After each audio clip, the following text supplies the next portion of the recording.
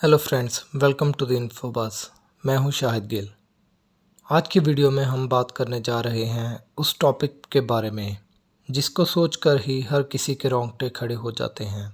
एक ऐसी चीज़ जिसको दुनिया के सिर्फ एक कंट्री ने अभी तक फेस किया है और उस चीज़ के आसार आज भी यानी 77 ईयर्स के बाद भी देखे जाते हैं। ये एक ऐसी खौफनाक मेमोरी है जिसको याद करके ना सिर्फ उस कंट्री बल्कि पूरी दुनिया के दूसरे ममालिक भी सकते में आ जाते हैं। जी हाँ दोस्तों, आपके माइंड में बिल्कुल ठीक आ रहा है। मैं बात कर रहा हूँ हिरोशिमा और नागासाकी पर हुए 1945 के न्यूक्लियर अटैक की, जिसने दुनिया के तमाम ममालिक को झंझोड़ कर रख दिया था। दोस्तों, वीडियो में आगे जाने से पहले आपको बताना चाहूँगा कि हमारे चैनल का मकसद सिर्फ अपने YouTube चैनल की प्रमोशन नहीं और ना ही सिर्फ इंटरटेनमेंट है, बल्कि हम आपके लिए नहायत ही मेहनत के बाद ऑथेंटिक और वैलिड सोर्सेज से इन्फो लाते हैं ताकि आपको न्यूज़ के साथ साथ जनरल नॉलेज भी हासिल हो जो कि इन फ्यूचर आपके किसी जगह काम आ सके। इसलिए आज से हर वीडियो में आप लोगों से एक क्वेश्चन पूछा जाएगा जिसका आंसर आप लोगों ने कमेंट्स में करना है। उस क्वेश्चन का राइट आंसर आपको वीडियो के एंड में मिल जाया करेगा। लिहाजा दोस्तों, आज का सवाल है कि दुनिया का पहला एटम बॉम्ब किसने बनाया था। ऑप्शन ए है आइंस्टाइन, ऑप्शन बी है डॉक्टर अब्दुल कतीर, ऑप्शन सी है जे रॉबर्ट ओपनहेमर और ऑप्शन डी है नन ऑफ देम। दोस्तों, वापस आते हैं अपने टॉपिक की तरफ। तो आपको बता दें कि अमेरिका ने अपने सिटीजन्स को रशिया से फौरी तौर पर निकलने के लिए एडवाइजरी जारी कर दी है।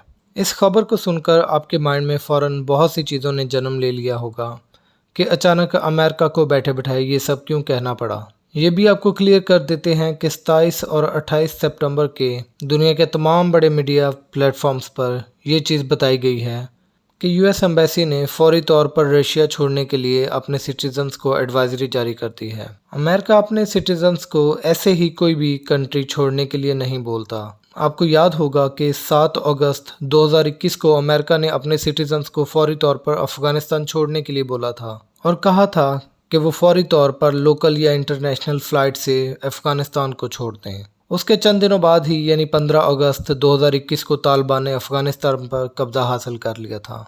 इसके बाद आपने देखा होगा कि बाइडन ने 11 फरवरी 2022 को यूक्रेन और रशिया के हालात को देखते हुए अपने सिटीजन्स को यूक्रेन छोड़ने के लिए एडवाइजरी जारी की थी, मगर यूक्रेन और दूसरे कई मुल्कों ने इस खबर पर ध्यान नहीं दिया था।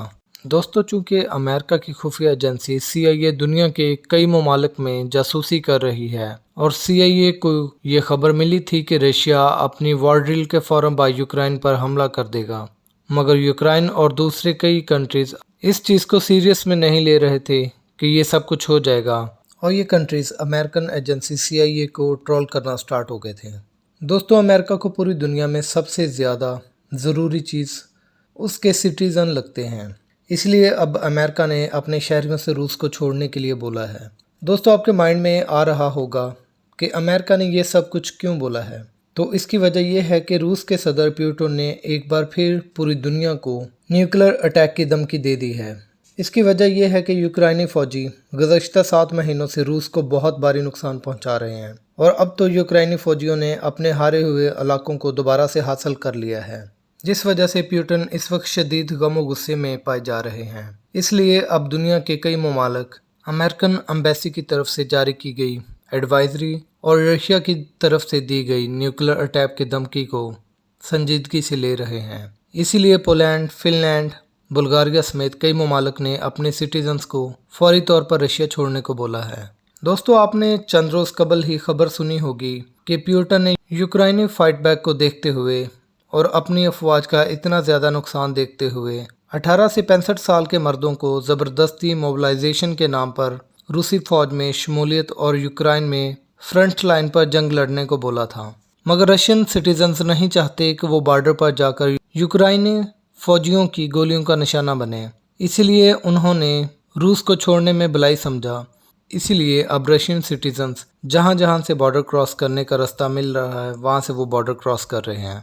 और सेम जिस तरह रशिया यूक्रेन वॉर के स्टार्ट में वीडियोस देखने को मिली थी, उसी तरह अब रशियंस भी लंबी लंबी गाड़ियों की कतारों में जॉर्जिया, किर्गिस्तान और आर्मीनिया में इंटर होने की कोशिश कर रहे हैं।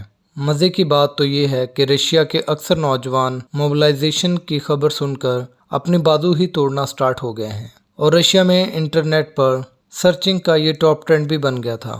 اسی چیز کو لے کر پیوٹن سخت غصے میں ہیں، اور وہ اپنی اور رشیا کی ساکھ کو بچانے کے لیے جو علاقے اس نے جیت لیے تھے اور جہاں پر اس نے اپنے حق میں ریفرنڈم بھی کروا لیا ہے، وہاں پر ٹیکٹیکل نیوکلر اٹیک کر سکتے ہیں۔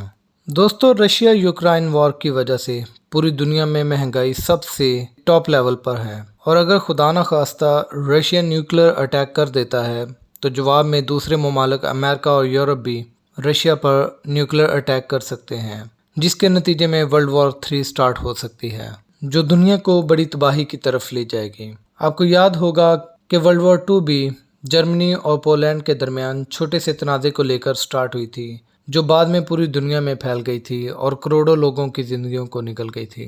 دوستو، امریکہ اور دوسرے ممالک کا اس طرح ایڈوائزری جاری کرنا کوئی عام بات نہیں ہے، اس کے پیچھے کوئی نہ کوئی بہت بڑی بات نظر آ رہی ہے۔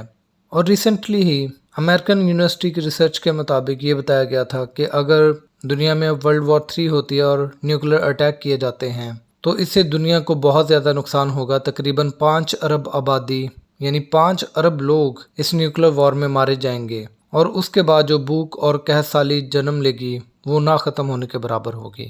اس ویڈیو کے بارے میں آپ کا کیا کہنا ہے کامنٹس میں ضرور بتائیے گا، اور اس ویڈیو کو شیئر اور لائک کرنا مت بھولیے گا۔ اب آتے ہیں آج کے کویسچن کی طرف۔